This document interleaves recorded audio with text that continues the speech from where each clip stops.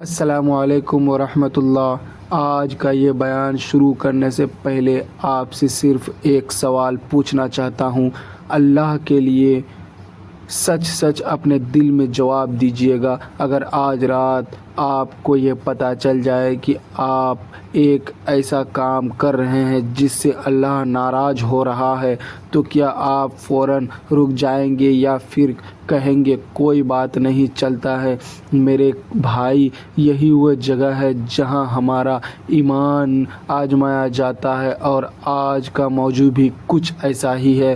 ایک ایسی بات جسے لوگ چھپاتے ہیں، نظر انداز کرتے ہیں، لیکن قیامت کے دن یہی بات ہمارے خلاف گواہی دے سکتی ہے۔ آج ہم بات کریں گے اس حالت کی، اس وقت کی جب بیوی کے ساتھ تعلق قائم کرنا حرام ہو جاتا ہے، اور وہ حالت ہے حیض یعنی کہ ماہواری کے دن۔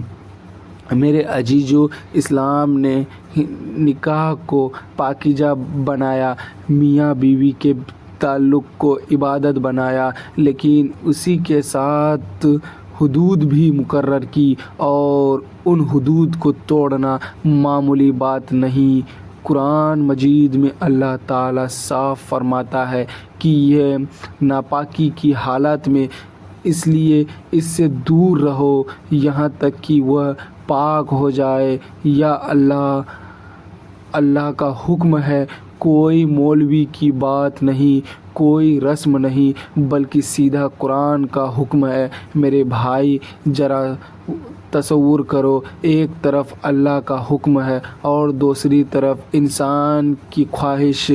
اب فیصلہ کرنا ہے کہ آپ کس کے ساتھ کھڑے ہیں۔ آج کے دور میں کچھ لوگ کہتے ہیں اس میں کیا ہوتا ہے، سب چلتا ہے، لیکن یاد رکھو، جو چیز اللہ کے نزدیک ناپسند ہے وہ ہمارے لیے کبھی فائدہ مند نہیں ہو سکتی، چاہے ہمیں وقت خوشی کیوں نہ ملے۔ اب ایک دل کو ہلا دینے والی حدیث سنو۔ نبی کریم صلی اللہ علیہ وسلم نے فرمایا کہ جو شخص اپنی بیوی کے پاس حیض کی حالت میں جائے وہ بہت بڑے گناہ کا مرتکب ہوتا ہے۔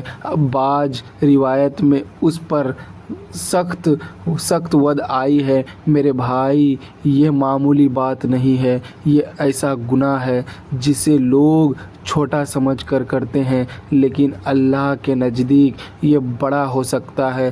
ذرا ایک واقعہ سنو۔ ایک شخص تھا، وہ دین سے زیادہ واقف نہیں تھا، اس نے لالمی میں یہ غلطی کر لی۔ بعد میں جب اسے معلوم ہوا کہ یہ حرام ہے تو اتنا رویا کہ لوگوں نے کہا کیا ہوا؟ اس نے کہا میں نے اپنے رب کے حکم کو توڑ دیا۔ دیکھو میرے بھائی، یہی ہوتا ہے ایمان۔ جب انسان کو اپنی غلطی کا احساس ہو جائے اور وہ اللہ کے سامنے جھک جائے، اور ایک ہم سب معلوم ہوتا ہے، پھر بھی ہم کہتے ہیں کوئی بات نہیں، یہی کوئی بات نہیں، قیامت کے دن بھاری پڑ سکتی ہے۔ میرے عزیزو، ذرا عورت کی حالات کو بھی سمجھو۔ یہ دن اس کے لیے تکلیف کی دن ہوتی ہے، وہ درد میں ہوتی ہے، کمزوری میں ہوتی ہے۔ ایسے وقت میں شوہر کا فرض ہے کہ اس کا سہارا بنے، اس کا خیال رکھے، اس کے سر پر ہاتھ رکھے، نہ کہ اپنی خواہش کو اس پر مسلط کرے۔ یہی اصل مردانگی ہے، یہی اصل محبت ہے۔ اور سنو، محبت صرف جسم کا نام نہیں، محبت دل کا نام ہے، خیال رکھنے کا نام ہے۔ ایک شوہر اگر اپنی بیوی کے پاس بیٹھ کر اس سے پیار سے بات کرے، اس کے لیے چائے بنا دے، اس کا حال پوچھے، تو اللہ کی قسم یہ بھی عبادت بن جاتا ہے، کیونکہ اس میں اللہ کی رضا شامل ہے۔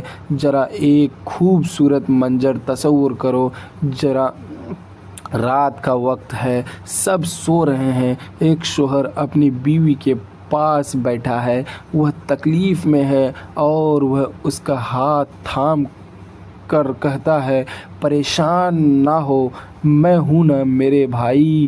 یہ جملہ اللہ کو بہت پسند آتا ہے کیونکہ اس میں رحمت ہے، محبت ہے اور قربانی ہے۔ اور یاد رکھو، جو شخص اللہ کے حکم کی خاطر اپنے نفس کو روک لیتا ہے، اللہ اس کو اس سے بہتر عطا کرتا ہے، دنیا میں بھی اور آخرت میں بھی۔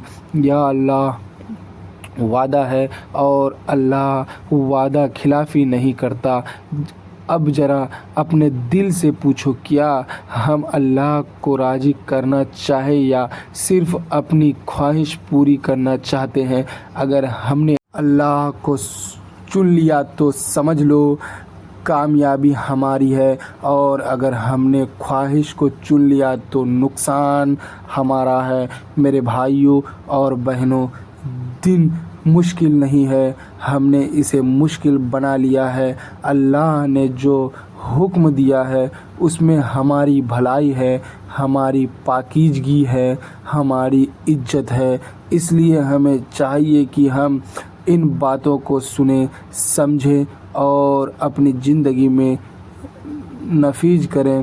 اور آخر میں آپ سے دل سے کہتا ہوں، آج کے بعد اگر کبھی یہ حالت آئے تو اللہ کو یاد کرنا، اس کا حکم یاد کرنا اور خود کو روک لینا، یہی اصل کامیابی ہے، یہی اصل ایمان ہے۔ اللہ تعالی ہمیں صحیح سمجھ عطا فرمائے، ہمیں اپنے نفس پر قابو پانے کی توفیق دے، ہمارے گھروں میں محبت، رحمت اور برکت عطا فرمائے، اور ہمیں ہر اس کام سے بچائے جو اس کی ناراضگی کا سبب بنے۔ آمین یا رب العالمین۔